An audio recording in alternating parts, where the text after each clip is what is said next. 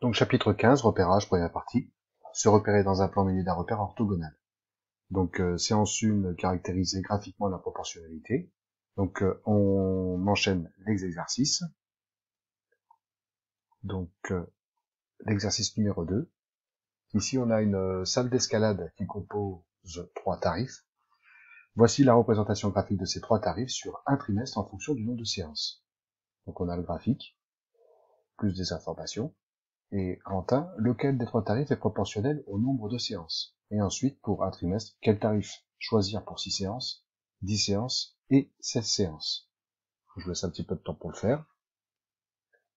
Correction.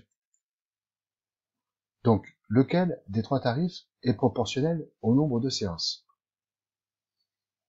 Alors, on sait que un graphique représente une situation de proportionnalité si on est en présence d'une droite qui passe par l'origine du repère. Ici, on est forcé de constater qu'il n'y en a qu'une qui convient à la situation. C'est le tarif à la séance.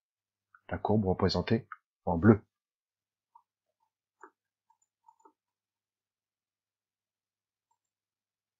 2. Pour un trimestre. Quel tarif choisir pour 6 séances, 10 séances et 16 séances? Alors on va commencer à regarder pour 6 séances. Donc on va tracer une droite parallèle à l'axe des abscisses, dont l'antécédent est 6 séances. Et on va voir quelles images cela va-t-il renvoyer par rapport aux courbes.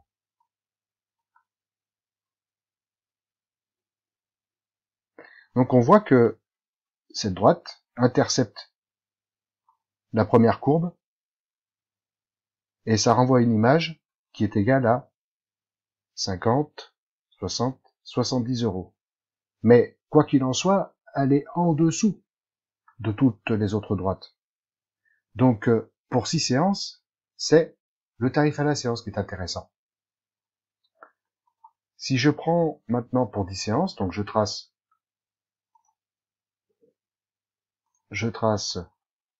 une droite parallèle à l'axe des ordonnées qui passe par l'antécédent 10. Et je regarde à quel moment cette droite intercepte en premier les courbes. Et on voit qu'à 10 séances, c'est la courbe rouge qui est en dessous des autres courbes. Donc c'est ce tarif qui est le plus intéressant pour 10 séances. Pour 16 séances, je remarque que c'est l'abonnement qui est le plus intéressant.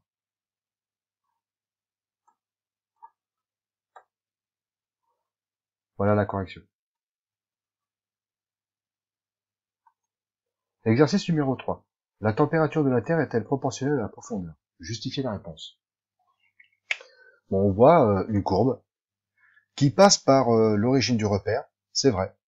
Mais les points ne sont pas alignés avec l'origine du repère. Donc ce graphique ne représente pas une situation de proportionnalité.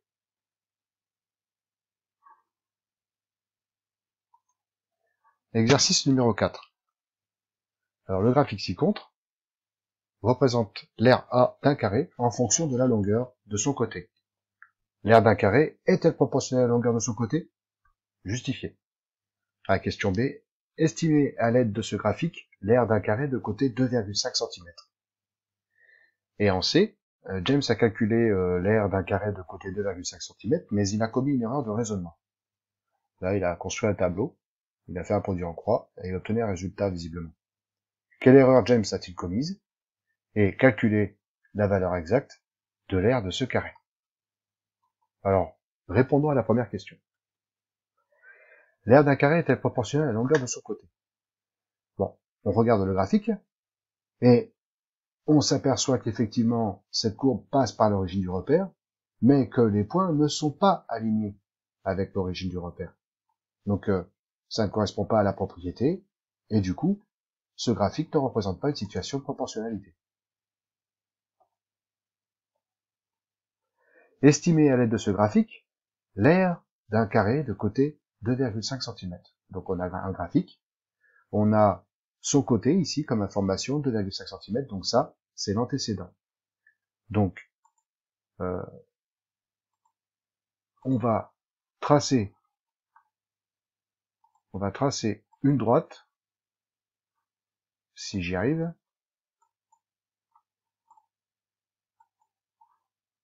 Ah, ça peut pas.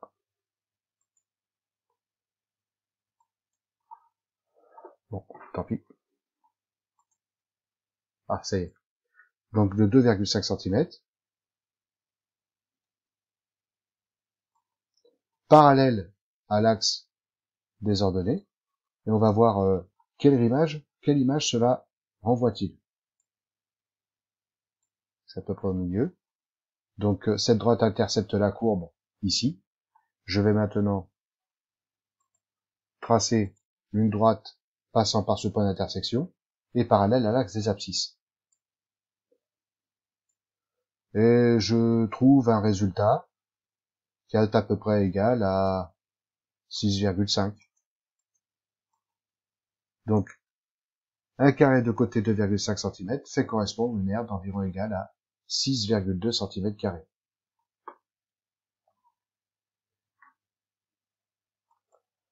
Petit c. Donc, James a calculé l'aire d'un carré de côté de 2,5 cm, mais il a fait une erreur de raisonnement. En fait, James, il a utilisé un tableau de proportionnalité.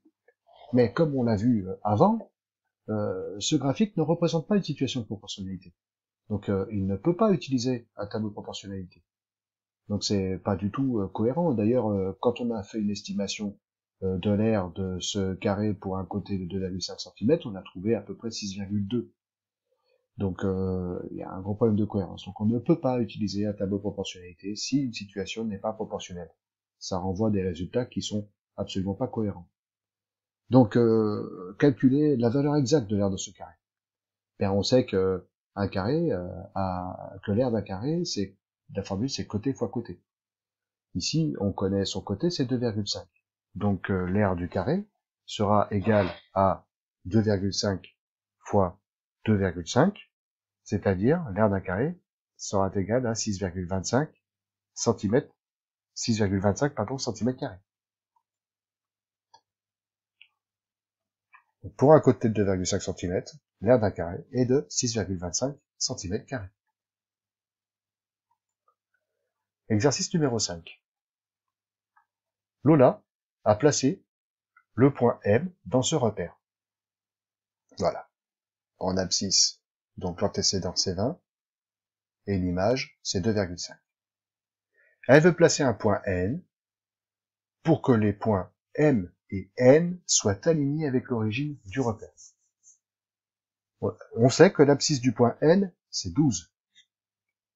Calculer son ordonnée, puis placer le point N. Donc je vais mettre quelques éléments de l'énoncé sur le graphique. On nous annonce 12.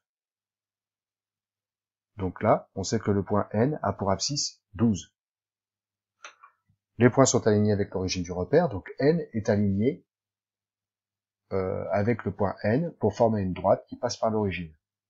Donc ce graphique représente une situation de proportionnalité.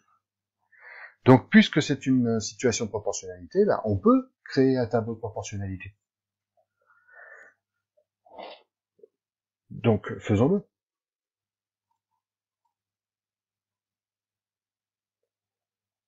Donc on a le point N qui a pour abscisse 20 pour abscisse, et 2,5 pour ordonnée.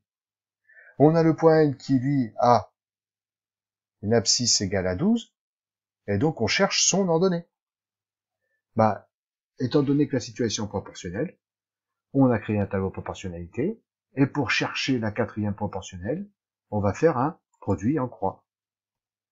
Et donc le produit en croix, pour trouver la valeur prise par x, c'est 2,5 fois 12 divisé par 20. On obtient x égale 1,5. Donc l'ordonnée de n est 1,5. Donc il nous suffit maintenant de le placer. Donc on va tracer une droite qui passe par l'abscisse 12.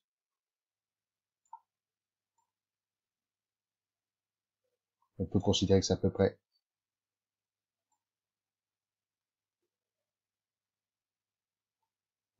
ici.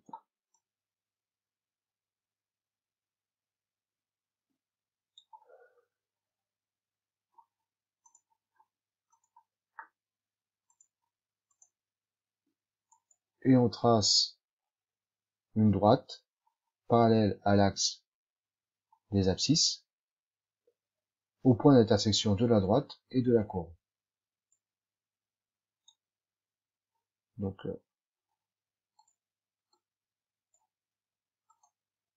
et là on obtient le point N. Plaçons-le.